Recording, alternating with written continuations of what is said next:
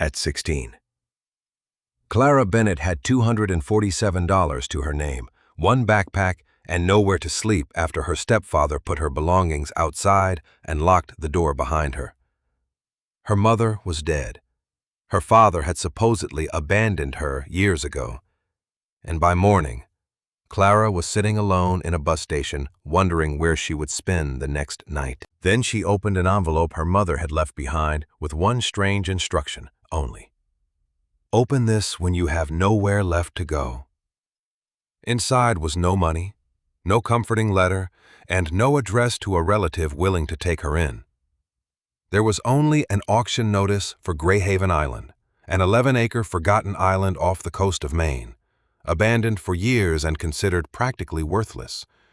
The opening bid was $200. Clara had never owned so much as a bedroom of her own, yet the next day, she walked into that auction and spent almost everything she had on an island with no electricity, no running water, a collapsing dock, and a cabin nobody wanted. When the auctioneer asked if she understood what she was buying, people in the room laughed. Someone behind her muttered that the homeless girl had just wasted her last $200 on a pile of rocks in the ocean. Clara didn't care. At least, she thought, nobody could kick her out of a place she owned. 8 years later, Clara returned to Greyhaven believing she might finally have to give up the only property that had ever belonged to her. But inside the abandoned cabin, she found her own name carved into a doorframe from when she was 2 years old, a memory she didn't have. Then she discovered a sealed room that wasn't shown on any property record, an old key hidden inside the wall, and beneath the kitchen floor, a stone staircase descending into darkness. At the bottom stood a steel vault that had been hidden there for decades. The key fit. But when Clara finally opened the door and saw whose name was written across the first box inside, everything she had believed about why her father disappeared and why her dying mother made sure a homeless 16-year-old bought this forgotten island for exactly $200 began to unravel. And what was waiting deeper inside that vault had been hidden from Clara almost her entire life.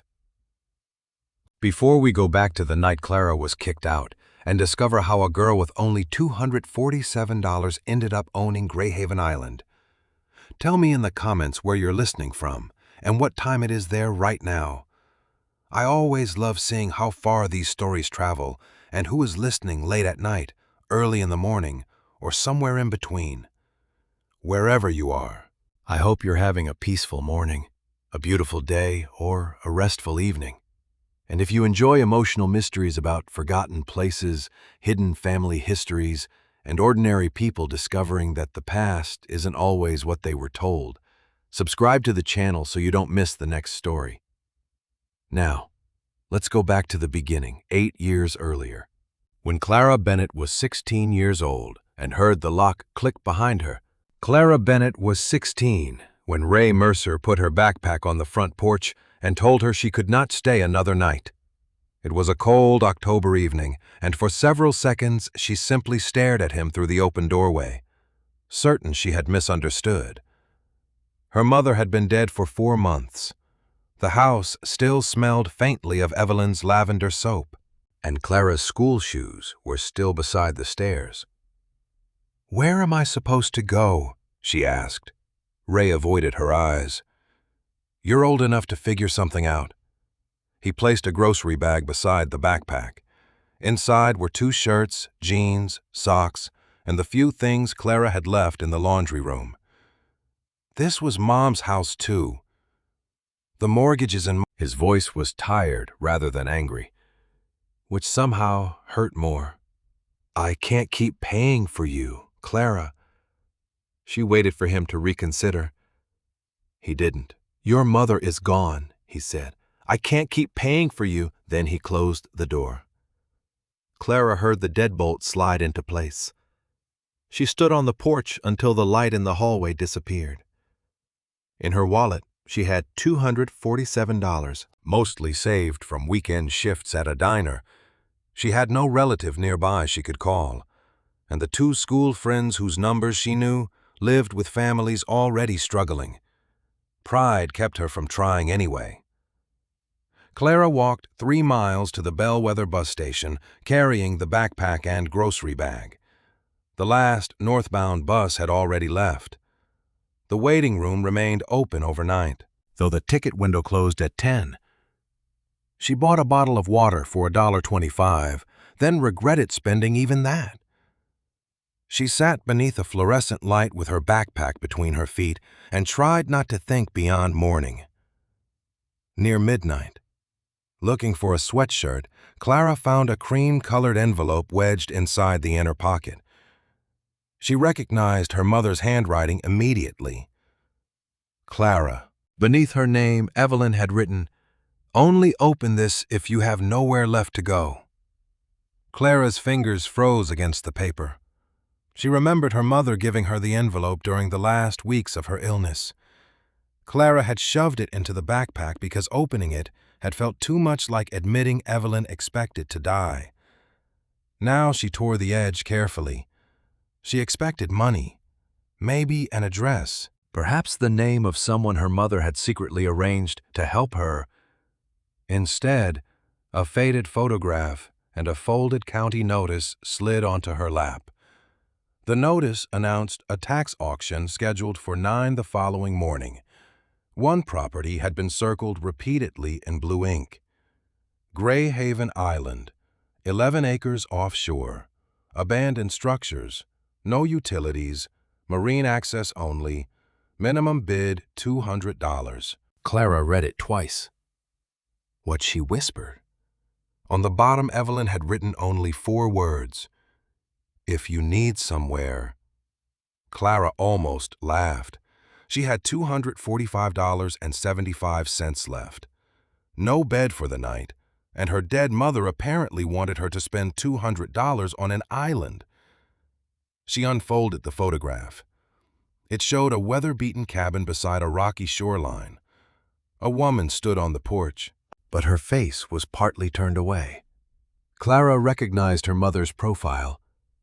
She stared at it until the station clock clicked past midnight. Evelyn had known this place. That was enough to make Clara attend the auction, though not enough to make the idea sensible. The next morning, she walked to the county building without breakfast. Greyhaven came near the end of the sale. The auctioneer described it with the enthusiasm of someone reading a list of problems. 11.2 acres. Structures conveyed as is. Dock reported unsafe. No electrical service, no municipal water. No maintained road access. Buyer assumes all responsibility for marine transportation and future assessments. Nobody raised a hand. Opening bid, $200. Silence. Clara looked at the photograph in her lap. She thought of Ray's deadbolt. 200, she said. Several heads turned. The auctioneer peered over his glasses. 200 from the young lady. Do I have 250? A man near the back chuckled. Someone whispered, "For that rock?" No second bid came. The auctioneer looked at Clara again. "You understand this property is an island?" "Yes." "And there is no ferry service?" "Yes." Another laugh moved through the room. Clara's cheeks burned, but she kept her hand on the photograph. 200 once, twice. Sold. The gavel struck. Just like that. Almost everything she possessed became 11 abandoned acres she could not even reach. After fees were explained and temporary paperwork placed before her, Clara walked outside feeling sick. She had less than $50 left and still nowhere to sleep that night. For several minutes, she sat on the courthouse steps, wondering whether she had made the stupidest decision of her life. Then she looked at the receipt. Owner, Clara Bennett. No one had ever written those 2 words together before.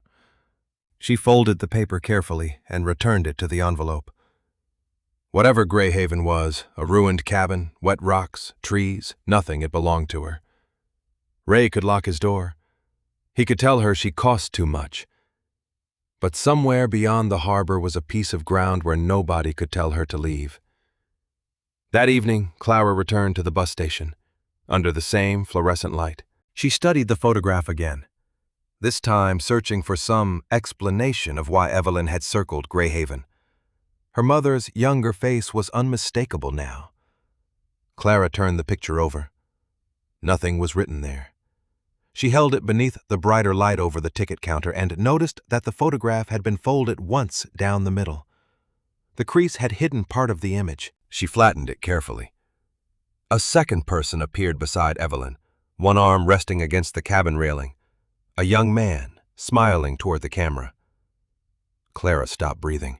She had seen that face only once before, in a photograph her mother kept buried at the bottom of a dresser drawer. Daniel Bennett, her father. The man Clara had been told walked away when she was too young to remember him. Yet there he was, standing beside her mother on the porch of the forgotten island Clara had just bought for $200. 8 years later.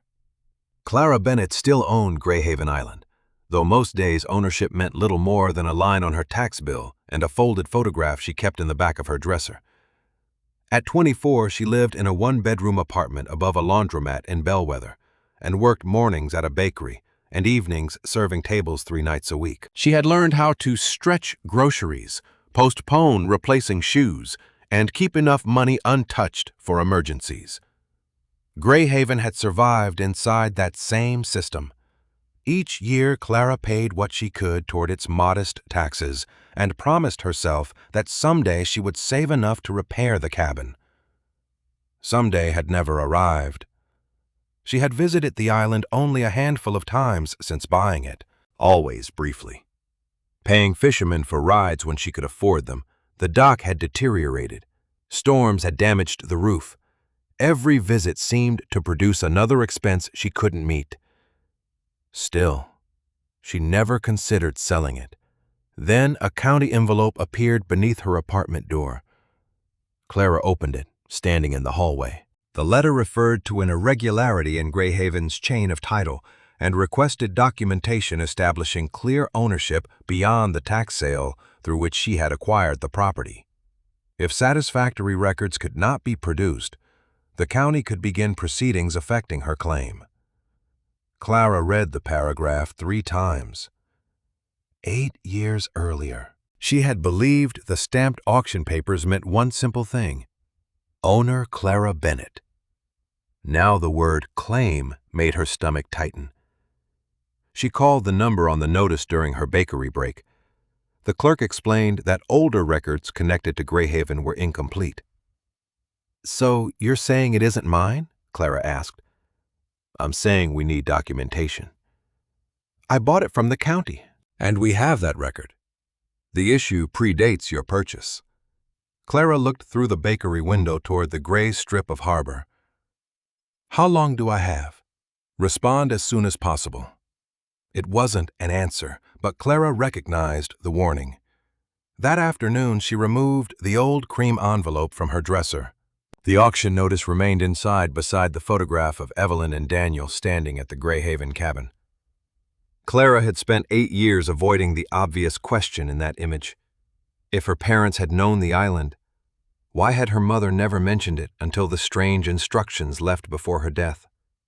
Now avoiding the question might cost Clara the only property. 2 days later, she stood at Bellwether Harbor asking for transportation to Greyhaven. The first captain refused when he heard the name. Another quoted a price Clara couldn't justify. "Dock's bad out there," he said. "I'm not putting my boat against it." Clara was preparing to leave when a voice behind her said, "He's right about the dock." A man in a faded work jacket was sanding the edge of a small fishing boat pulled beside the repair shed. "But you can land on the eastern rocks if the tide isn't high." Clara turned. "You know Greyhaven?" "I know the water around it."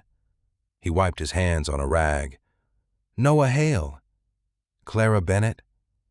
His expression shifted slightly. "You're the owner?" Clara almost smiled at the word. Apparently that's being debated. She explained that she needed a ride, leaving out everything about her parents. Noah named a price lower than the others. "Why so cheap?" she asked immediately. He studied her for a moment. "Because I'm going near there tomorrow anyway. You want me to charge you for miles I'm already traveling?" Clara wasn't accustomed to favors that didn't arrive with hidden conditions. "What time, 7?" The next morning, the sea was rough enough to make conversation unnecessary. Greyhaven emerged gradually through low mist, first as dark pines and then as a rocky shoreline. The old dock leaned toward the water like something exhausted. Noah steered around it and brought the boat toward a narrow section of eastern shore. "You weren't exaggerating," Clara said. "I usually save that for tourists." He jumped onto a wet rock and secured the line before helping her unload a small bag of tools. Clara hesitated before taking his hand, then did. The island smelled of salt, pine, and damp earth. She had forgotten how quiet it was once the boat engine stopped. They followed an overgrown path toward the cabin. Its roof sagged at one corner, and gray boards showed through peeling paint. Clara stopped several yards away. In the photograph, Evelyn and Daniel had stood on that porch, smiling. Now one railing was missing. "You okay?" Noah asked. "It's worse than I remembered." 8 coastal winters will do that. Inside, dust covered everything. Clara opened shutters while Noah checked whether the floor was safe. A rusted stove remained in the kitchen. An overturned chair lay near the wall. Clara moved toward the hallway and brushed cobwebs from a doorframe. Beneath layers of grime were pencil marks. At first she assumed they were measurements left by whoever built the cabin. Then she saw a name. Daniel 8. Higher up, Daniel 9, then 10, then 11. Clara touched the marks with 2 fingers. "Noah." He came closer. "My father grew up here." Saying it aloud made the room feel different. Greyhaven had not merely been somewhere Daniel visited with Evelyn. This had been his home. Clara crouched to examine the lowest marks. Near the base of the frame, almost hidden beneath dirt, was another line. She rubbed it gently with her sleeve. "Clara 2. Her hand stopped. "That's my name." Noah said nothing. Clara stared at the number. She had been here? She had stood against this frame while someone measured her height? Yet she remembered none of it. "I was 2, she whispered. Her eyes moved over the letters again, and she noticed the rough grooves crossing them. They weren't cracks in the wood. Someone had dragged a blade repeatedly through her name, gouging at CLARA as though trying to remove it. The cuts were deep, deliberate, and old. Whoever had done it had tried to erase the evidence that Clara Bennett had ever been on Greyhaven Island. They had failed. Clara remained crouched beside the doorframe, tracing the damaged letters without touching the deepest cuts. Someone had worked hard to remove her name. The blade marks crossed each letter several times. Yet enough pencil remained beneath them to read Clara 2. Could that have happened by accident? She asked. Noah leaned closer. Not like that. He pointed toward Daniel's measurements above it. Those aren't damaged. Clara stood slowly. The cabin had felt abandoned when they entered. Now it felt disturbed. She looked at the overturned chair, the open cupboards, the warped boards along the hallway. Maybe whoever did this vandalized the whole place. Noah crossed to a section of floor near the kitchen and knelt. Some of it isn't vandalism. One plank bore old pry marks around the nails. Another had been lifted and hammered back down badly. They began checking the cabin more carefully. In the front room, 2 wall boards had small drilled holes near their edges. A cabinet in the kitchen was missing its back panel. Beneath the bedroom window, several floorboards showed the same signs of having been pried loose. Someone searched this place, Clara said. Noah nodded. Looks that way. For what? That's the problem with searching. usually means you don't know where the thing is. Clara looked around at the damage again. 8 years ago, people had laughed because she paid $200 for Greyhaven. Yet sometime before her return, somebody had gone through the trouble of opening floors, drilling walls, and dismantling cupboards inside its worthless cabin. Noah moved toward the kitchen wall and tapped along the boards with the handle of a screwdriver. The sound changed near the corner. He tapped again. Hear that, Clara did? One section sounded duller. Noah measured the wall from the window to the doorway, then stepped outside. A few minutes later, he returned. Exterior measurement doesn't match, meaning either whoever built this cabin couldn't use a tape measure, or there's space behind that wall. Removing the boards without destroying them took nearly an hour. The wood was brittle, and Clara insisted on working slowly.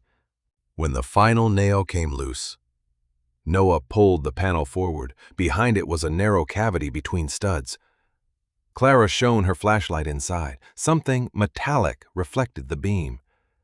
She reached in and withdrew a rectangular tin box coated with rust. Neither spoke for a moment. Clara set it on the kitchen table. The lid resisted until Noah worked a screwdriver beneath one corner. It opened with a dry crack. There was no money inside. Instead, Clara found a small brass key, a folded piece of paper, an old photograph, and a note. She unfolded the paper first. It was part of a hand-drawn map of Greyhaven, torn almost cleanly down one side. The cabin was marked near the northern shore. Several trails crossed the island, but half the markings disappeared at the torn edge. Half a map. Clara murmured, "Better than no map." Noah said, "The photograph showed perhaps 20 people standing near the old dock. Men, women, children. Fishing nets hung behind them." Clara recognized neither Evelyn nor Daniel, though the photograph appeared older than the one her mother had left. Several families seemed to be posing together rather than one household. She turned it over. No names. The final item was a narrow strip of yellowed paper. The message had been written in block letters. "Keep the south room sealed." Clara read it twice. "There is no south room. Not one we saw." Noah said. She looked toward the hallway. "You just found space hidden behind a kitchen wall." Fair point. Clara closed her fingers around the brass key. It was too small for the cabin's exterior doors. Someone hid all this deliberately. Noah glanced at the damaged boards around them. And maybe somebody else was looking for it. They spent another hour checking the cabin, but found no room matching the note. By then, the tide was changing, and Noah insisted they leave before landing conditions worsened. Clara photographed every item and carried the tin box back with her. The next morning, she went to the Bellwether Library. If Greyhaven had once housed enough people to fill that photograph, someone in town might know who they were. The woman behind the reference desk was in her 70s, silver-haired and thin, with glasses hanging from a cord around her neck. Her nameplate read Margaret Vale. Clara placed the photograph on the desk. "I'm trying to identify these people." Margaret glanced down casually. Then her expression changed. She lifted the photograph with both hands. "Where did you get this, Greyhaven Island?" Margaret's eyes rose immediately. "You were out there? I own it." The older woman studied Clara's face. "What's your name?" "Clara Bennett." Margaret became very still. Clara noticed it. "You know that name." Margaret removed her glasses and looked again at the photograph. These were families who used Greyhaven during the fishing seasons. Some stayed months at a time. The island was more useful then than people remember now. Was the Bennett family one of them? Margaret hesitated. "Yes." Clara pulled out her phone and showed her the photograph Evelyn had left the younger Evelyn beside Daniel at the cabin. "That's my mother, Evelyn Bennett. The man beside her is my father, Daniel." Margaret's face softened at Daniel's name. But there was something else there, too. Recognition, followed quickly by caution. "You knew him?" Clara said. "Bellwether was smaller then." "That isn't what I asked." Margaret returned to the phone. "Daniel grew up around here, on Greyhaven, for part of his childhood." Clara thought of the height marks. "My mother told me he left us when I was little." Margaret's fingers tightened around the edge of the desk. "What exactly did Evelyn tell you that he left? That he wasn't coming back?" "She never wanted to talk about him." Clara took the brass key from her pocket and set it beside the old photograph. "Yesterday I found this hidden inside the cabin wall, with half a map and a note about keeping a south room sealed. Someone also tried to cut my name off a doorframe. I apparently lived there when I was 2. And nobody ever told me, so if you know something about my father, please don't protect me from it." Margaret stared at her for a long moment. Around them, the library remained almost silent except for the soft hum of an overhead vent. Finally, she sat down. "Clara, your father didn't leave this town the way you were told." Clara felt the old anger rise before she could stop it. "Then how did he leave?" Margaret looked directly at her. "He didn't." Margaret did not look away from Clara after saying it for a moment. Clara thought she had misheard. "What do you mean, he didn't?" Margaret folded her hands on the desk. "Your father died here. Clara, he never walked away from you." The library seemed to narrow around her. Clara felt the edge of the desk press against her palm. "No. I'm sorry. No. My mother told me he left." "Evelyn told you what she believed she could manage telling a child." "She told me he chose to leave us." Margaret's face tightened. "Daniel was lost at sea when you were very young." Clara stared at her. "Lost? His boat went down off the coast. They recovered wreckage. Not him." Clara stepped back from the desk as if distance could make the words less real. All her life, Daniel Bennett had occupied one simple place in her mind. The man who had decided she was not worth staying for. She had built anger around that belief, because anger was easier to carry than wondering what had been wrong with her. Now Margaret was telling her there had been no decision, no suitcase, no goodbye. "Why would my mother lie to me?" Clara asked. "I can't answer that for her." "You knew them, somewhat. Then answer what you can." Margaret hesitated. "Your mother changed after Daniel died. She stopped coming around Bellwether as often. She stopped talking about Greyhaven. People assumed grief had something to do with it. People assumed Clara's voice sharpened. That's what everyone seems to have done, while I grew up believing he abandoned me." Marge lowered her eyes. "You're right to be angry." Clara hated that the words brought tears closer. She picked up the old photograph, the brass key, and her phone. "I need to go." "Clara." She stopped, but didn't turn. "Whatever Evelyn told you, Daniel loved that island, and he loved you." Clara left before Margaret could say more. By the time she reached the harbor, anger had settled into something harder. Noah was repairing a cracked gunnel beside the shed when she approached. He looked up once and immediately put down his tool. "What happened?" "My father didn't leave." Noah waited. "He's dead." The words came out flatter than she expected. "He died when I was little. Margaret says he was lost at sea." Noah's expression changed, but he did not reach for her or offer the kind of comfort Clara would have rejected. "And your mother told you otherwise?" "For almost my entire life," she laughed once, without humor. "So either everyone knew except me, or everyone decided it wasn't important enough to correct." Noah glanced toward the water. "You still want to go back out there?" Clara looked at Greyhaven's distant, dark line beyond the harbor. "More than I did yesterday." The tide was favorable, and they reached the island before noon. Clara went straight to the cabin. The note from the tin box remained folded in her pocket. Keep the south room sealed. She stood in the main room and faced south. There is no room. Noah walked the interior perimeter again, measuring with long strides, then used a tape along the exterior wall. The cabin is wider outside than it is in here. By how much? Nearly 5 feet. They checked the bedroom and kitchen first. The measurements made no sense until Noah stopped at the short hallway near the rear of the cabin. One wall looked ordinary, except for slightly newer nails along the trim. Clara pressed her palm against it. This could be.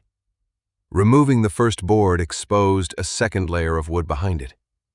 Whoever had closed the space had not done it casually. Nails had been driven deep, then covered beneath strips of trim. Clara worked with a pry bar while Noah steadied the brittle boards. Dust filled the hallway. Several times the wood splintered, forcing them to slow down. After nearly an hour, a narrow black gap opened between 2 panels. Cold, stale air moved through it. Clara shone a flashlight inside. There's space. They widened the opening just enough for her to step through sideways. The hidden room was small, barely large enough for a desk and chair. No windows. Shelves lined one wall, but most were empty. Clara swept her flashlight across them. Pale rectangles in the dust showed where boxes or files had once rested. Someone cleared this out, she said. Noah crouched near the desk. Not everything. A drawer resisted when Clara pulled it. The wood had swollen with damp. Noah worked the edge loose, and together they opened it. Inside lay an old ledger wrapped in oilcloth. Several pages were water-stained and stuck together, but the center remained readable. Columns of dates, names, and amounts filled the paper. Clara expected records of money coming into the Bennett family. Instead, the entries showed payments going out. Groceries for the Carters, boat repair for Elias Moore, winter fuel for the Hensons, medical bill, Vale family, small amounts over and over, paid by T. Bennett Thomas. Clara murmured, "My grandfather." Noah leaned over the page. Looks like he was helping people. Clara turned carefully through the ledger. Some entries covered years. Others included short notes, storm loss, child sick, nets destroyed, no repayment expected. The old photograph from the tin box flashed through her mind. Families gathered near the dock. Greyhaven had not simply been a private island. People had depended on someone here. Why hide this? She asked. Noah looked around the sealed room. Maybe the ledger wasn't what they were hiding. That answer made Clara study the empty shelves again. Someone had removed most of the room's contents. Yet the ledger had survived because it remained jammed in a swollen drawer. She moved to the final pages. The handwriting changed near the end. Less steady. Perhaps written by someone older. Several names repeated from earlier years. Then Clara saw one she knew. Her breath caught. Noah. He came beside her. She pointed. Ray Mercer. The date beside the entry was clear. Clara read it again to be certain. Then she mentally counted backward. Daniel had already been dead by then. That can't be right. What's wrong with the date? Noah asked. Clara pressed her finger beside Ray's name. My father was dead before this was written. Noah looked from the ledger to her face. You know him? Clara stared at the entry. Ray Mercer had not been part of her life until after Daniel's death. At least, that was what she had always believed. Yet his name was written inside a sealed room on Greyhaven, in a ledger connected to her father's family, dated before Ray ever married Evelyn. Clara felt the same cold sensation she had felt when she found her name carved into the doorframe. He's my stepfather, she said quietly. The man who kicked me out at 16. Noah looked back at the ledger. Clara did too. Ray Mercer had known about Greyhaven before he married her mother. Ray Mercer came back into Clara's life 3 days after she found his name in the hidden ledger. He did not call first. Clara was leaving the bakery after her morning shift when she saw him standing across the street beside a dark pickup truck, hands in his jacket pockets, looking older than she remembered, but otherwise painfully familiar. For 1 second, she was 16 again, holding a backpack on a cold porch while he told her she cost too much. Then the feeling passed. She crossed the street slowly. "What are you doing here?" Ray looked at her as if they had spoken only last week. "Heard you've been digging around Greyhaven." Clara's grip tightened on the strap of her bag. "From who? Bellwether's a small place." "You haven't answered me." Ray glanced toward the bakery windows. "I thought we should talk somewhere private." "We can talk here." He exhaled through his nose. "Fine. Your mother had papers connected to that island. Old records, debt, property, whatever. Most of it was useless." Clara watched his face carefully. "You knew about Greyhaven before you married her." Ray's expression shifted. "Only slightly. I knew the name." "Your name is in a ledger hidden inside the cabin." That stopped him. Clara saw it. "So you knew more than the name." Ray looked past her toward the harbor. "Your mother owed me money before we ever got married." "For what?" "Does it matter?" "Yes." "Not anymore." He stepped closer, lowering his voice. "Listen to me. Greyhaven is a mess. It always has been. Your mother wasted years worrying about old Bennett property and old Bennett records that never amounted to anything.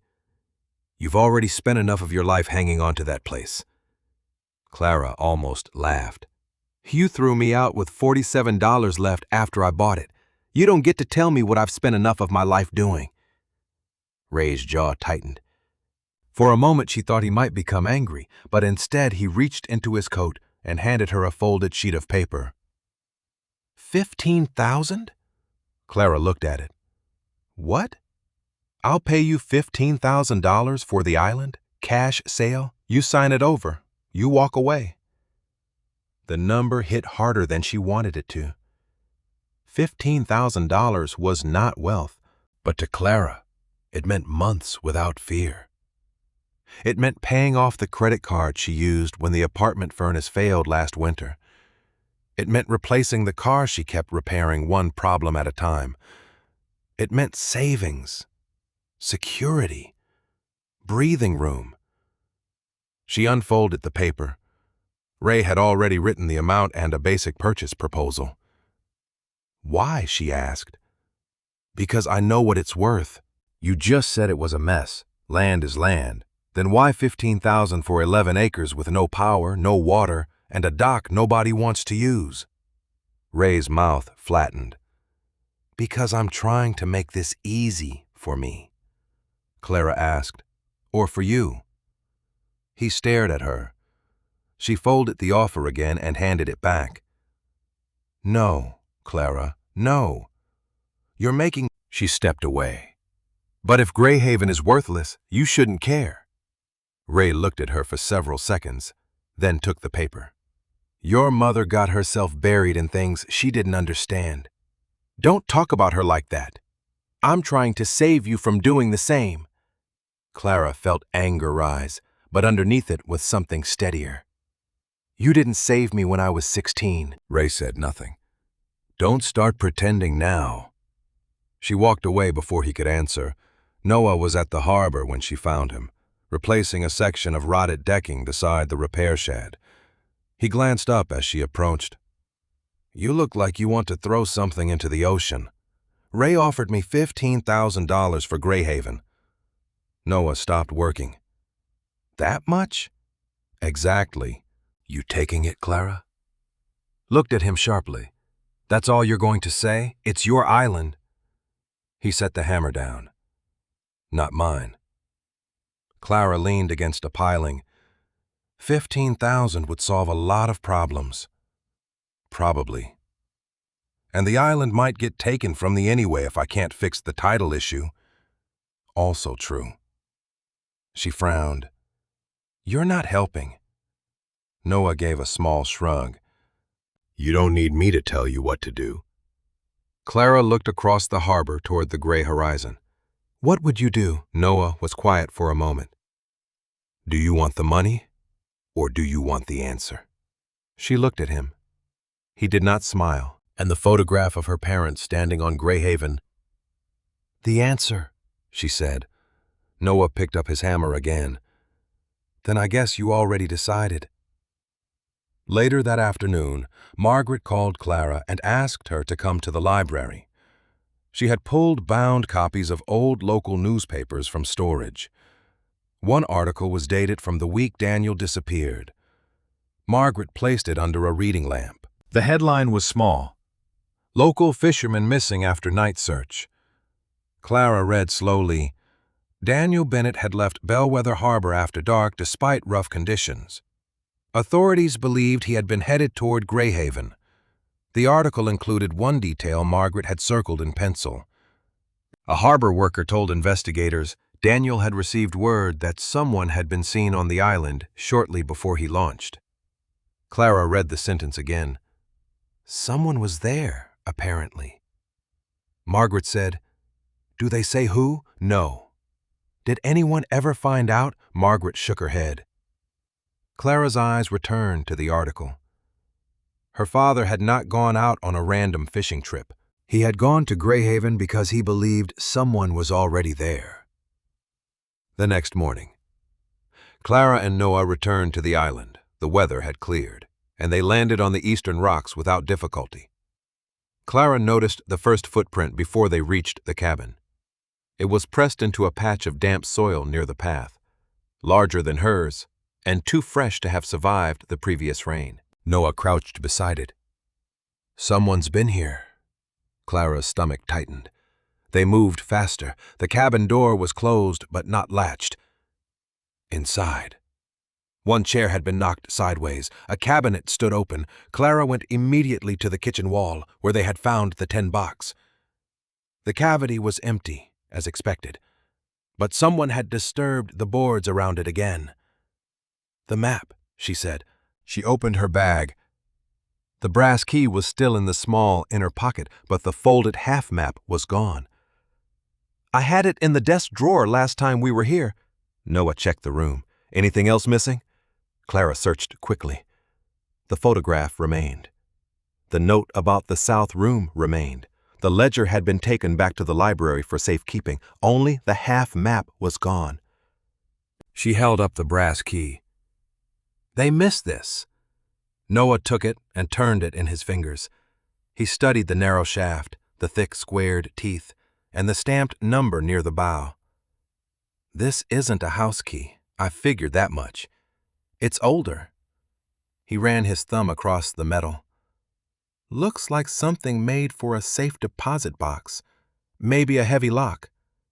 Clara stared at him. Noah handed it back. A vault. Clara kept the brass key in her closed fist as she looked around the disturbed cabin. If the stolen map had pointed to something on Greyhaven, the person who took it might already know more than she did. But the ledger had left another possibility. Back at Margaret's library, Clara had photographed every readable page before placing the original in storage. That evening, she enlarged the images on her phone, studying the columns until the amounts began to look familiar. 12, 8, 5, 11.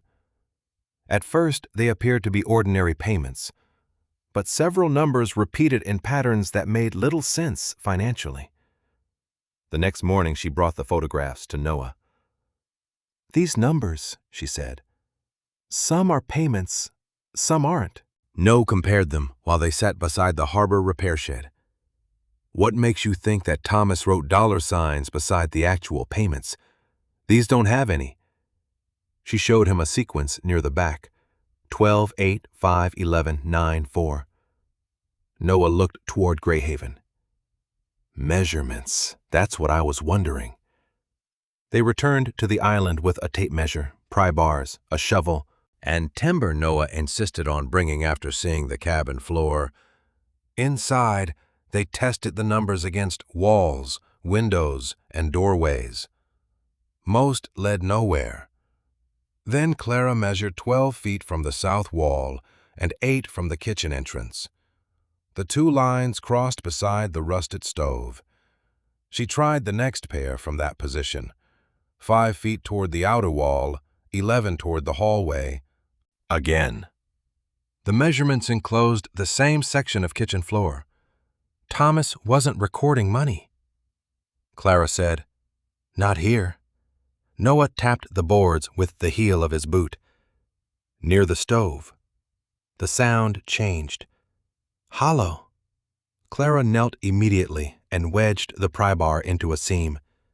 Noah caught her wrist. "Wait." "We found it." "We found something under a floor that's been taking ocean air for decades."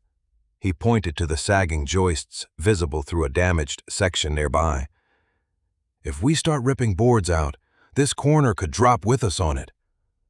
Clara hated that he was right. They spent the next 2 hours doing the least exciting work imaginable. Noah cut supports from the timber they had brought while Clara cleared debris and carried pieces into place. Salt damp had softened part of the subfloor, and one joist crumbled at its edge when Noah tested it. "That would have been your leg," he said. "I get the point. Good. I'd rather not explain to the Coast Guard that the island owner disappeared through her own kitchen." Clara almost smiled. They braced the weakened section and removed the stove from the marked area.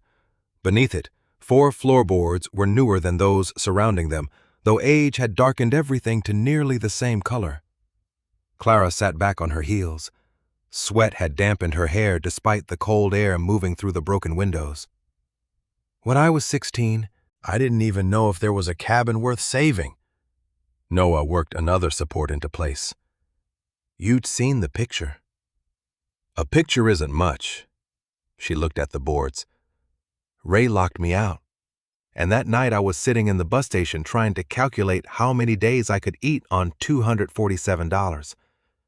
Then Mom's envelope basically told me to spend 200 of it on this." "And you did?" "Everyone at the auction thought I was an idiot." "Were they wrong?" She looked at him. Noah's expression was perfectly serious for half a second before one corner of his mouth moved. Clara gave a quiet laugh. "Maybe not." Then her expression faded. "I didn't buy Greyhaven because I thought it was valuable. I bought it because I saw my name on the paperwork." Noah waited.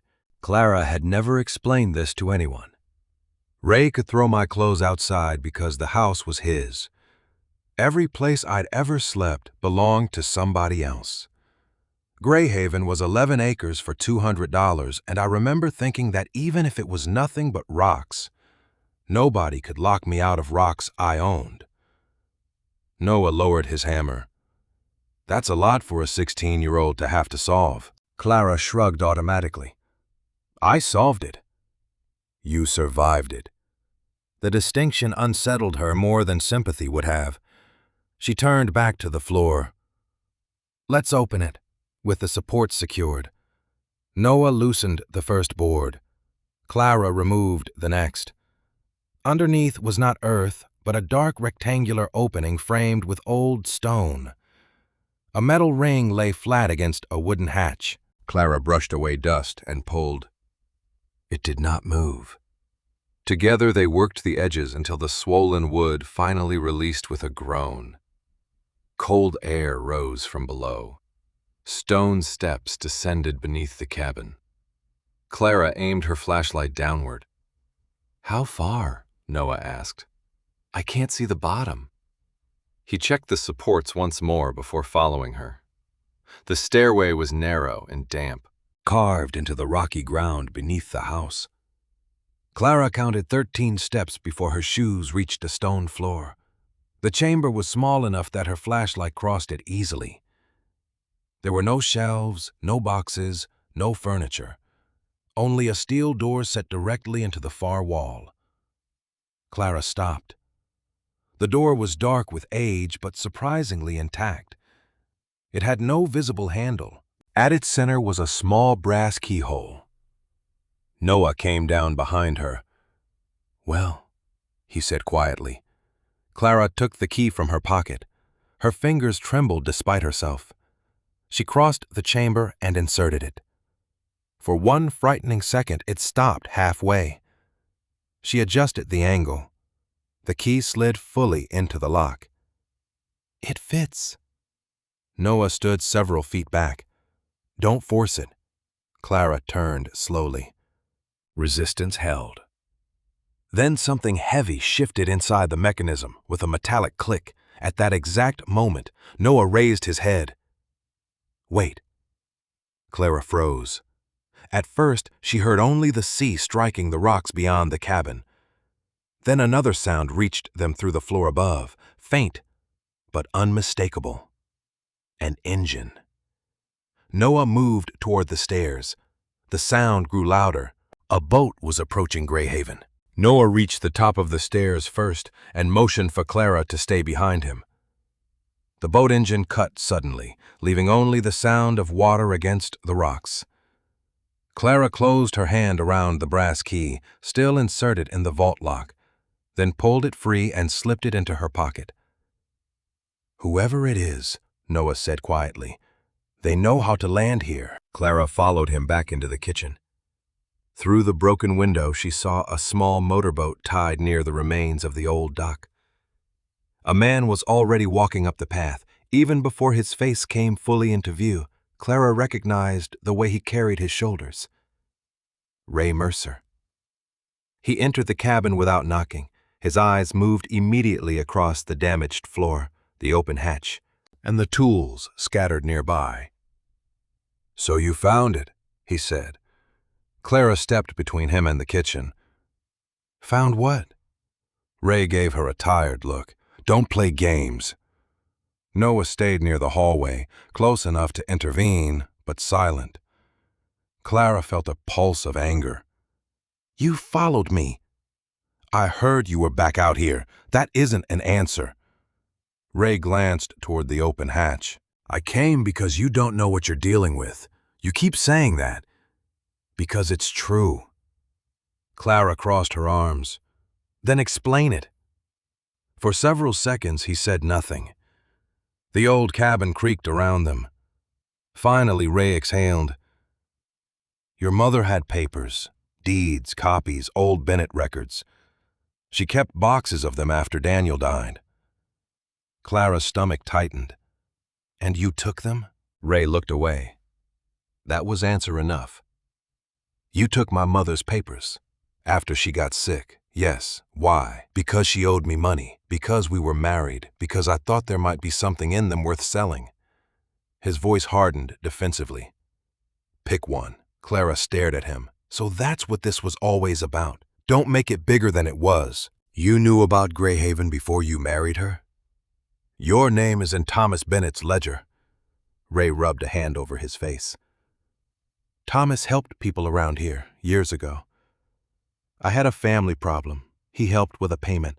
That's why my name is there." "Then you knew this island mattered to the Bennetts." "I knew they thought it mattered." Clara pointed toward the open wall cavity. "Did you search this cabin?" Ray did not answer immediately. "Did you?" "Yes." The word landed heavily. "When?" "Years ago. Before you kicked me out." "Yes." Clara felt something inside her go still. "You ripped up floors, drilled holes in walls. I was looking for documents, and you cut my name off the doorframe." Ray's face changed. Only a fraction, but Clara saw it. "You did." "It was stupid." "Why?" "Because I didn't want you asking questions." Clara laughed once, sharply. "I was a child." "Exactly. You didn't need to know." "Know what?" "That you'd been here. That Daniel brought you here. That Evelyn kept hanging on to this place like it was going to fix everything." Clara's eyes burned. "So you tried to erase it?" Ray looked toward the damaged doorframe. "I thought if you never connected yourself to Greyhaven, you'd leave it alone." Then Mom left me the auction notice. Yes. Bitterness crossed his face. She did. Clara thought of the cream envelope and Evelyn's 4 words, "If you need somewhere." You knew she left it to me. Not exactly. I knew she was planning something. By then, she didn't trust me with any of it. I wonder why. Ray ignored that. When she realized I'd taken some of the papers, she let me keep them. Clara frowned. What does that mean? It means I thought I had the important records. I didn't. He looked toward the hatch again. Later I realized they were mostly copies. Old tax notices, duplicate correspondence, nothing that proved much of anything. Clara's anger shifted into understanding. She wanted you to think you'd found what you were looking for. Ray's jaw tightened. Apparently. So the real documents were still here, that's what I assumed. And you never found them? No. Clara reached into her bag and pulled out her phone. You're admitting you took property records that belonged to my mother, searched this cabin, and concealed information tied to an active title dispute. Ray's eyes narrowed. Don't be dramatic. I'm not. You going to call the police? Maybe the county attorney first. Ray took one step toward her. Noah moved instantly between them. That's close enough. Ray looked at him, then back at Clara.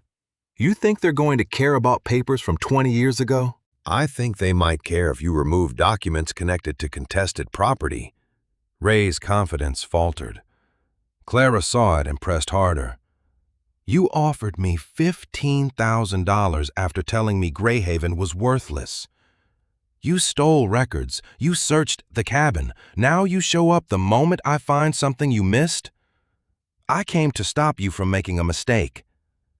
You already made yours. Ray stared at her for a long moment. Then he looked past her toward the hatch. Whatever is down there, don't assume it belongs to you just because you bought the island. Clara met his eyes. Get off my property. The words felt different from every time she had imagined saying them. Ray's expression darkened, but he turned. At the doorway, he paused. Evelyn thought hiding things protected people. Sometimes it only leaves a bigger mess. Go, Ray left. They listened until his engine started and faded across the water. Only then did Clara realize her hands were shaking. Noah looked at her. You okay now? She took a breath. But I still want to know what's down there. They returned to the underground chamber. Clara inserted the brass key again. This time, when she turned it, the internal mechanism released fully. Noah helped pull the steel door outward. It moved slowly, protesting against decades of rust. Cold, dry air slipped through the opening. Clara raised her flashlight. There was no gold, no stacks of cash, no glittering treasure. Shelves lined the narrow vault, filled with old document boxes, metal cases, tied bundles of letters, and sealed envelopes. Clara stepped inside. Dust lay thick over everything. The nearest box was small and gray, its label written by hand. Clara wiped it with her sleeve. 3 words appeared. For Clara Bennett. She stopped breathing. The handwriting was not Evelyn's. Clara knew that immediately. She had seen enough of her mother's letters to recognize every curve. This writing was firmer, narrower. She reached into her pocket and unfolded the old photograph from the auction envelope, turning it over where a few faded words had once been written beside Daniel's name in another hand. The letters matched. Clara stared at the box. The message had been written. Clara stood inside the vault with the gray box in her hands, afraid to open it for years. Daniel Bennett had existed in her mind as a single act of rejection. Now his handwriting was inches from her fingers. Noah remained near the doorway. You don't have to do it all at once, he said. Clara looked at the shelves. I've waited 22 years without knowing I was waiting. She lifted the lid. There was no letter on top. Instead, she found photographs wrapped in thin paper. The first showed Daniel sitting on Greyhaven's dock with a toddler on his shoulders. Clara recognized herself from childhood pictures. Another showed Evelyn holding her near the cabin while Daniel laughed beside them. A third showed Clara asleep against Daniel's chest. She sat on the stone floor. I was here more than once. Noah crouched several feet away. Looks like it. Clara turned another photograph over. Daniel had written Clara's first summer on Greyhaven. She likes the gulls until they steal her food. Clara covered her mouth. The pictures were ordinary. That made them unbearable. They showed breakfasts, muddy shoes, blankets on the shore. Nothing looked like the final days of a man preparing to abandon his child. She returned the photographs carefully and reached for a second box. It contained letters from families whose names she recognized from Thomas Bennett's ledger. Thank you notes for fuel, boat repairs, groceries, and winter shelter. Several mentioned Greyhaven as a place where families could stay when fishing seasons went badly. Thomas really did help them, Clara said. And they remembered, Noah replied. The third box held the complete ledger. Unlike the water-damaged volume from the sealed room, these pages were dry and intact. Clara found the same entries, but additional notes explained debts that had been forgiven and supplies shared among families. Greyhaven had been more than Bennett property. It had functioned as a refuge for people who could not always afford failure. Clara thought about buying it at 16 because she needed somewhere nobody could remove her from.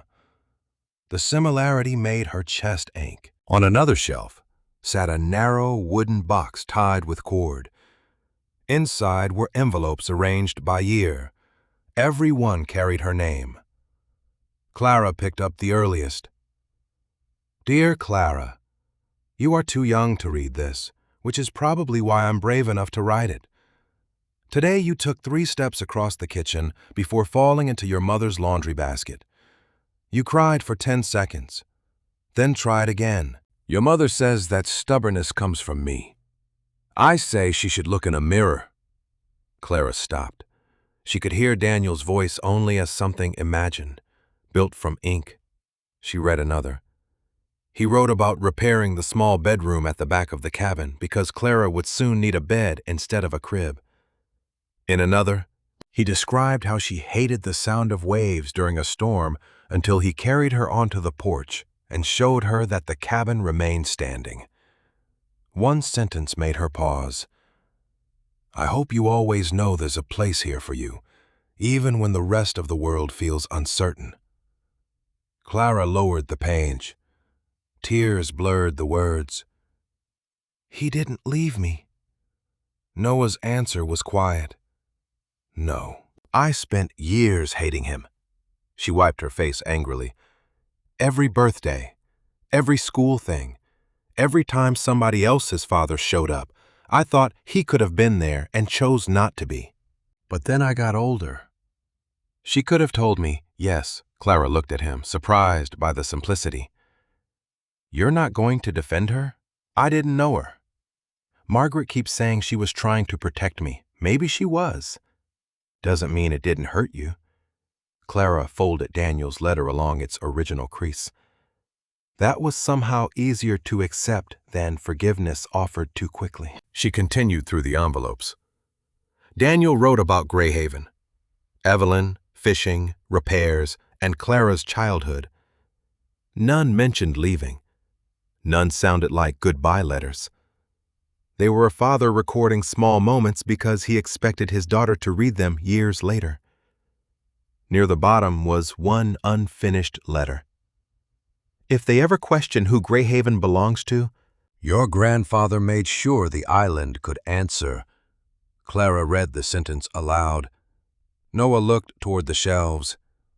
The title problem.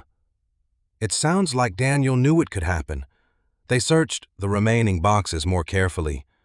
Most held correspondence, receipts, photographs, and family papers. but none contained an original deed. At the back of the vault sat a dark metal box secured with a separate lock. Clara tried the brass key. It entered halfway and stopped. Different lock. Noah said. Clara examined the lid. A faded symbol had been stamped into the metal, an oval surrounding a small anchor and a set of initials too worn to read. They photographed it and carried several documents back to Bellwether, leaving the rest undisturbed. Margaret recognized the symbol almost immediately. "Property records," she said. She pulled an old reference book from a cabinet and found a matching mark used decades earlier by a regional records office that handled deeds and land transfers along the coast. Clara placed the photograph of the locked box beside it. Then whatever is inside could be about Greyhaven. Possibly. How do I open it? Margaret shook her head. "I don't know." Clara showed her Daniel's unfinished letter instead. Margaret read the line twice. "If they ever question who Greyhaven belongs to, your grandfather makes sure the island could answer. Thomas was careful with records." Margaret said, "If Daniel wrote this, I'd take him literally." They returned to Greyhaven before sunset. Clara searched Daniel's letters again, looking for references to Thomas, deeds, keys, or the vault.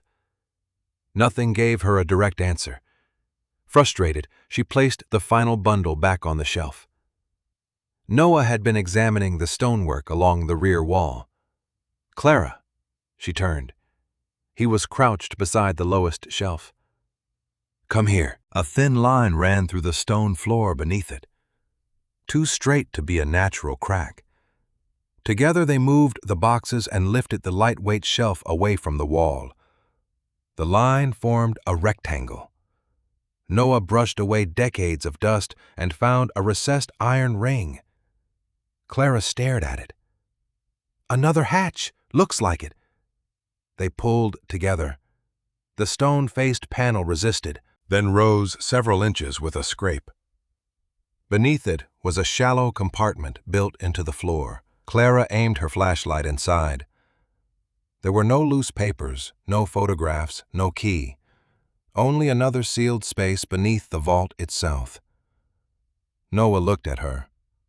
Clara thought of Daniel's unfinished sentence. "Your grandfather made sure the island could answer." The vault had a second compartment. The compartment beneath the vault floor was barely deep enough for a document case. Clara lowered her flashlight and saw one wrapped in cracked oilcloth, its corners green with age. Noah held the stone panel while she reached inside and lifted it free. Unlike the boxes above, this case had no lock. Clara loosened the brittle straps and opened it on the floor. A thick, folded document lay between sheets of waxed paper at the top. Beneath an embossed county seal were the words, "Deed of Conveyance, Greyhaven Island." Clara stopped breathing. "Is that it?" Noah asked. "I think so." She read slowly, afraid excitement would make her misunderstand. The document identified Greyhaven by boundaries, acreage, shoreline markers, and older survey references. Thomas Bennett's name appeared repeatedly. Attached pages recorded amendments, witnessed signatures, and provisions Clara could barely interpret. One section concerned continued access to the island's dock and temporary shelter for several named fishing families. He protected their use of it. Clara said. Noah read over her shoulder. "Even if ownership changed?" Clara thought of the old photograph families gathered beside nets. Children standing between adults. Thomas had not simply handed out money. He had made Greyhaven available when those families needed safe harbor. "This is what Daniel meant," she whispered. "The island could answer." They took the case directly to Margaret the next morning. Margaret handled the deed as though it might crumble from a careless breath. She compared names against old county indexes and spent hours making calls. By afternoon, she had located descendants of several families listed in Thomas's ledger. Over the next 2 days, Clara met 3 of them at the library. Walter Henson, 78, remembered Daniel as a young man repairing lobster traps behind the cabin. "Your father was always fixing something," Walter said, "usually something that belonged to somebody else." A woman named Helen Carter recognized Evelyn immediately from Clara's photograph. "She used to bring you into town," Helen said. "You had yellow rain boots. Wouldn't take them off even indoors." Clara laughed before realizing tears had reached her eyes. "I don't remember that. You wouldn't. You were tiny." These people remembered pieces of a childhood Clara had been told almost nothing about. Daniel became less like a name on letters and more like a person. He was impatient with broken engines, terrible at remembering birthdays, generous with tools, and fiercely proud the first time Clara walked across the cabin kitchen. Evelyn had loved Greyhaven too, Helen said, though after Daniel died, she rarely returned. None of these memories erased Clara's anger at her mother, but they gave it shape. Evelyn had not invented Daniel's absence, she had hidden the reason for it. The difference mattered. Margaret eventually arranged for certified copies of the deed to be reviewed with the county records connected to Clara's title notice. The answer came cautiously. The original documents substantially supported the Bennett chain of ownership and could resolve the irregularity, though formal recording still had to be completed. Clara read the message twice. "So they aren't taking it?" "Not if the documentation holds through the final process," Margaret said. Clara sat back in the library chair. 8 years earlier, she had bought Greyhaven because a county auctioneer said sold. Now an old document hidden beneath stone had given that word weight. But the deed created another responsibility. The protected access provisions mattered. Greyhaven's history belonged partly to people beyond Clara's family. Once word spread that the title problem might be resolved, an offer arrived from a coastal development company. It was far higher than Ray's $15,000. High enough for Clara to stop working 2 jobs. High enough for a reliable car, savings, and perhaps a down payment on a small house. She carried the written offer to Greyhaven and sat on the damaged porch with Noah. "You could sell," he said after reading it. "I know. You don't sound happy about that." Clara looked toward the old doc. "At 16, if somebody had shown me this number, I would have signed before they finished the sentence. At 16, you had $47. Less after the water." Noah smiled faintly. Clara folded the offer. "I spent my whole life thinking security meant having enough money that nobody could decide what happened to me." "Money helps. A lot, definitely." She glanced at him. "You're supposed to make this easier." "Still, your island." Clara looked back toward the cabin. Selling could end every practical problem Greyhaven had created. No collapsing roof, no dock repairs, no title paperwork, no annual taxes on a place accessible only by boat. Yet the deed in Margaret's office contained names of families Thomas had deliberately protected. Clara could not pretend the island was merely 11 acres anymore. Before making any decision, she wanted to know everything the vault held. The locked metal box remained unopened. Margaret's identification of the old records office symbol gave them a place to start. And among the papers in the vault, Clara found a small envelope containing several numbered tags from document cases. One number matched the faded stamp on the locked box. Tucked behind the tags was a thin, flat key. Clara and Noah returned to the underground chamber that evening. The key entered smoothly. Clara turned it, and the lock released. Inside were several property abstracts, copies of Thomas's access agreements, and one sealed envelope resting alone on top. Clara's name was written across the front. Beneath it, in Daniel's handwriting, was a sentence that made her sit down before opening it. "When you are old enough to choose for yourself." Noah saw her expression. "You okay?" Clara ran her thumb across the words. The development offer was folded in her jacket pocket. Around her were records of people who had once needed Greyhaven because they had nowhere else to go. And in her hands was a letter her father had written before she was old enough to understand any of it. Clara broke the seal. The first line began, "My dear Clara, if you're reading this, then Greyhaven has finally become your choice. My dear Clara. If you're reading this, then Greyhaven has finally become your choice." Clara stopped after the first sentence and pressed the paper flat against her knee. Noah sat across from her on the stone floor, close enough to be there, but far enough not to make the moment feel crowded. She looked down again. "I need you to understand something before you decide what happens to this island. Greyhaven is not a debt you owe me. It is not a test of whether you loved me enough, or your mother enough, or the Bennett name enough. If keeping this place makes your life smaller, sell it. If selling it gives you freedom, sell it." Clara read that paragraph twice. The words collided with every assumption she had carried into the vault. She had expected duty, a final instruction. Some demand that she protect the family property at any cost. Instead, Daniel had given her permission to walk away. She continued, "Land is only land. People make it mean something. Your grandfather believed Greyhaven mattered because it gave people shelter when they had nowhere else to go.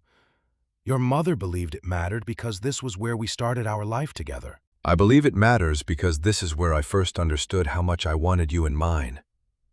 Clara's vision blurred. She lowered the letter. "He knew," she whispered. "Noah waited. He knew I might not want any of this." She wiped her eyes with the heel of her hand and kept reading. There were lines about Thomas Bennett, about families using the dock after storms, about repairing the cabin and leaving access open to people who needed safe harbor. Then Daniel's tone became more personal. "When you were 2, you stood in the kitchen with both hands on the table and refused to let me help you walk. You fell 3 times. The 4th time, you made it from the table to your mother. You were furious that we cheered. I remember thinking then that someday the hardest thing for me might be letting you make your own choices." Clara laughed through tears. The description felt painfully familiar. Daniel had known something about her before she had known herself. The final page was shorter. "If I am not there when you read this, do not build your life around my absence, and do not mistake a house, a deed, or an island for proof that you belong somewhere. You belonged with us before you could walk. You were wanted before you had anything to offer. Whatever happens to Greyhaven, remember that." Clara stared at the last line until the letters blurred completely. For years, one sentence from Ray had lived louder inside her than almost anything else. "I can't keep paying for you." It had become evidence, proof that people stayed only while keeping her was convenient, proof that eventually every door closed. Yet here was a letter, written years before Ray ever put her belongings on a porch, telling her the exact opposite. She had been wanted, not for what she earned, not because she was easy to care for, not because she owned anything, simply wanted. Clara folded forward, holding the letter against her chest. The cry that came out of her was small and embarrassed at first, then impossible to contain. Noah moved beside her, but said nothing. After a while, Clara leaned against the stone wall and looked toward the shelves of records. "I hated him," she said. "I know. I thought he chose everything else over me. You didn't have the truth. Mom did." The anger was still there. Clara knew it would not disappear because of one letter. Evelyn had made a choice that hurt her, even if grief had shaped it. But Clara could also see something she had not seen before. Her mother had left the auction notice. She had known the real records remained hidden. She had arranged for Clara somehow to reach Greyhaven under her own name. Evelyn's silence had damaged part of Clara's childhood. But her final act had also placed a path back to the truth in Clara's hands. Both things could be true. "I don't think I can forgive her yet," Clara said. Noah nodded. "You don't have to do it today." That answer made Clara breathe easier. She put Daniel's letter back in its envelope and stood. The development offer remained folded inside her jacket. She took it out and looked at the number one final time. It could buy comfort. It could remove problems. But now that selling was truly her choice, the offer felt different. Clara did not need to keep Greyhaven to prove anything to Daniel. That freed her to ask a simpler question. What did she want the island to become? The answer came slowly over the following weeks. Clara rejected the developer's offer. She did not reject reality. Greyhaven needed money, labor, permits, and years of repair. So she started small. Noah helped stabilize the dock instead of replacing it all at once. Margaret organized copies of the historical records and contacted descendants of the families named in Thomas's ledger. Walter Henson brought old photographs. Helen Carter donated tools that had belonged to her father. Others came by boat when weather allowed, repairing railings, clearing brush, and sealing the cabin roof before winter. Clara kept working at the bakery and restaurant. She still counted grocery money. Greyhaven did not turn her rich. It became something more complicated and more useful. Part of the cabin was restored as a place to preserve the island's history. The dock remained available to local fishermen needing emergency shelter. The vault stayed exactly where it had always been, but its purpose changed. Clara cataloged the letters, deeds, ledgers, and photographs instead of hiding them again. Nothing inside needed secrecy anymore. Ray did not return. Clara sent the information about the removed documents through the proper county channels and left the matter there. She had no desire to build the rest of her life around him either. One cold afternoon months later, she and Noah stood inside the cabin after replacing a section of damaged trim near the hallway. Clara paused beside the old height marks. Daniel 8, Daniel 9, Daniel 10, Daniel 11. Lower down, her own name remained scarred by knife cuts. Clara 2. Noah noticed her staring. "Want me to sand that section?" he asked. Clara shook her head. She picked up a pencil from the workbench instead. "Actually, hand me the knife." Noah raised an eyebrow but passed her a small carving knife. Clara crouched beneath the old, damaged letters and carefully marked a new line into the wood. Clara 24. Noah leaned against the doorway. "Why keep the old part?" Clara ran her thumb over the cuts where someone had tried to erase her name. "Because somebody tried to erase it." She looked at the new mark beneath it. "And they couldn't." Outside, the repaired section of dock creaked with the tide. Half the cabin still needed work. The roof would need another patch before spring.